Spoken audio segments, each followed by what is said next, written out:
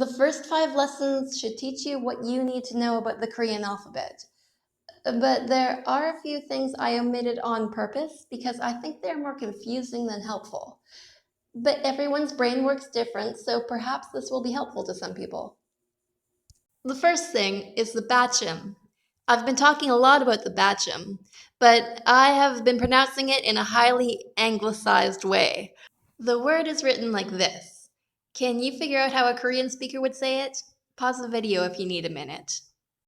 The word bacham is supposed to be pronounced pachim. Remember the B at the beginning of the word is pronounced as a P. Then the A is pronounced as an ah, not an ah. Remember the example I gave was far. If you are British, you've probably been pronouncing your A's correctly all along. But if you have an American accent, then you better watch yourself. You better watch your ahs, because it's not ah, it's aw. Aw, like in far. Then the D in the bacham position, pachim position, sounds like a T.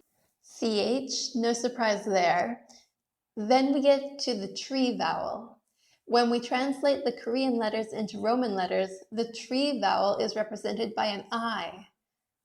This can be confusing because in English, the I often sounds like I and not E.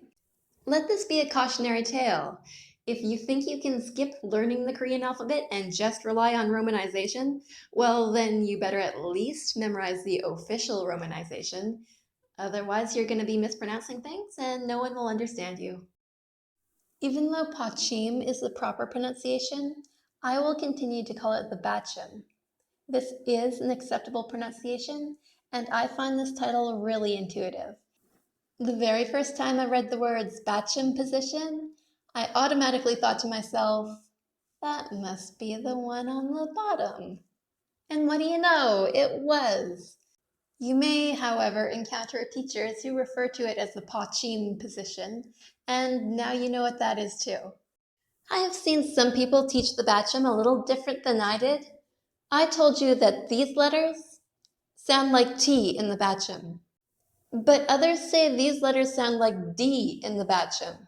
The reason for the discrepancy, as I described in an earlier lesson, is that Koreans don't put a big T at the end of their T's. For example, it's not cat, it's just cat. So it does end up sounding a little bit like a D. In fact, Koreans do not put a big aspiration at the end of any syllable. So you will also notice the K sounds a bit like a G. But bottom line, I think it's better to think of these as an unaspirated T or an unaspirated K. I just thought I would make that clear. On the subject of double consonants, I have noticed, and maybe you have too, that double B is often romanized as double P. Funny thing about P and B is that you do the exact same thing with your lips when you pronounce them. Let's try it. P, B, P, B, P, B. Notice that you are doing the exact same thing with your lips. Now the difference is that you can say P without using your vocal cords. True story. Put your hand on the front of your neck. You can feel your vocal cords vibrating when you talk. Everybody try it. Say cheese. You feel that, right?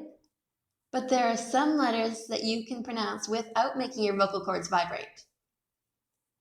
Now, keep your hand on the front of your neck and try to say P without making your vocal cords vibrate. P. Just use your lips. P, P, P. It is possible, right? Now try B. B, B, B, B.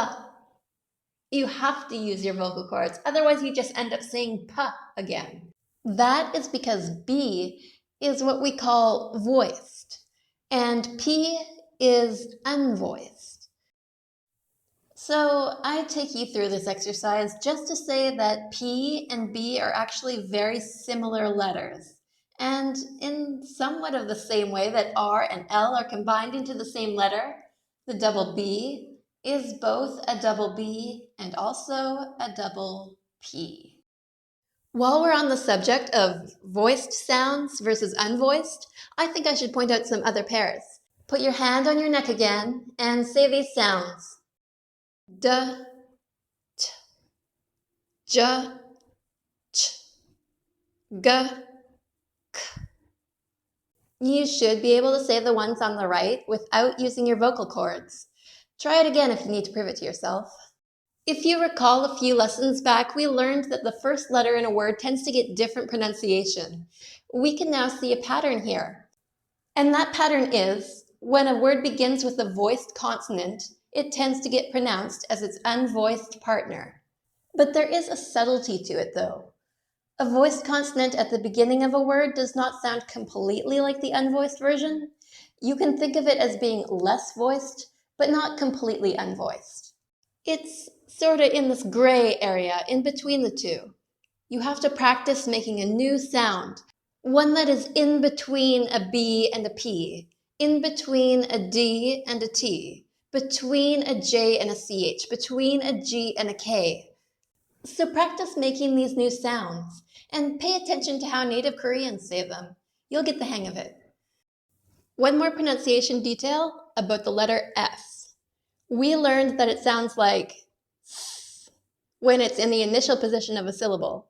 But we also saw an example of a Korean word, shibil, where it sounds like sh. That is because when an S is followed by this vowel, the one that looks like a tree and sounds like E, it makes a sh sound.